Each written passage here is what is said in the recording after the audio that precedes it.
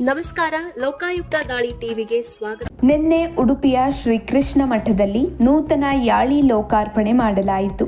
ಈ ಕಾರ್ಯಕ್ರಮದಲ್ಲಿ ಕೇಂದ್ರ ವಿತ್ತ ಸಚಿವೆ ನಿರ್ಮಲಾ ಸೀತಾರಾಮನ್ ಭಾಗಿಯಾಗಿದ್ದರು. ಈ ವೇಳೆ ವಿತ್ತ ಸಚಿವೆಗೆ ಭಾರತ ಲಕ್ಷ್ಮಿ ಅನ್ನೋ ಬಿರುದನ್ನು ನೀಡಲಾಯಿತು. ಪರ್ಯಾಯ ಶ್ರೀ ಪುತ್ತಿಗೆ ಮಠದ ಶ್ರೀ ಸುಗುಣೇಂದ್ರರು ಬಿರುದು ಘೋಷಣೆ ಮಾಡಿದ್ದು, ಅದಮಾರು ಮಠದ ಶ್ರೀ ವಿಶ್ವಪ್ರಿಯ ತೀರ್ಥರು ಬಿರುದು ಪ್ರದಾನ ಮಾಡಿದ್ರು. ನಿರ್ಮಲಾ ಸೀತಾರಾಮನ್ ಜೊತೆಗೆ ಇನ್ಫೋಸಿಸ್ ಫೌಂಡೇಶನ್ ಅಧ್ಯಕ್ಷೆ ಸುಧಾಮೂರ್ತಿ ಸಹ ಭಾಗಿಯಾಗಿದ್ದರು. ಇಬ್ಬರೂ ಚಂದ್ರಶಾಲೆಯಲ್ಲಿ ಕುಳಿತು ದೇವರ ಸೇವೆಗೆ ಹೂ ಕಟ್ಟಿದ್ರು. ಸುಧಾಮೂರ್ತಿ ಸ್ವತಃ ಹೂಮಾಲೆ ತಯಾರಿಸಿ ಕೃಷ್ಣನಿಗೆ ಅರ್ಪಿಸಿದ್ರು. ನಿರ್ಮಲಾ ಸೀತಾರಾಮನ್ ಅವರು ಸಾಮಾನ್ಯ ಗೃಹಿಣಿಯರಂತೆ ದೇವರ ನೈವೇದ್ಯದ ಪಾತ್ರೆಗಳನ್ನು ತೊಳೆದು ಸ್ವಚ್ಛಗೊಳಿಸಿದ್ರು. ಬಳಿಕ ಅನ್ನಬ್ರಹ್ಮನ ಸನ್ನಿಧಿಯಲ್ಲಿ ಆಹಾರ ತಯಾರಿಯಲ್ಲೂ ಭಾಗವಹಿಸಿದ್ರು.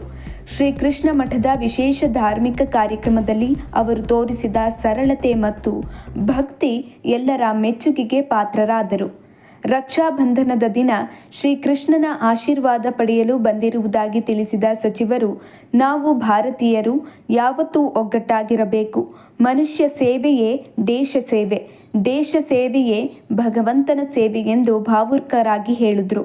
ಇನ್ನು ಕಾರ್ಯಕ್ರಮದಲ್ಲಿ ಅಷ್ಟಮಠಾಧೀಶರಿಗೆ ಕೈ ಮುಗಿದು ಆಶೀರ್ವಾದ ಪಡೆದ ವಿತ್ತ ಸಚಿವೆ ಕಾರ್ಯಕ್ರಮದ ನೆನಪನ್ನ ಜೀವನದ ಅಮೂಲ್ಯ ಕ್ಷಣವೆಂದು ವರ್ಣಿಸಿದರು.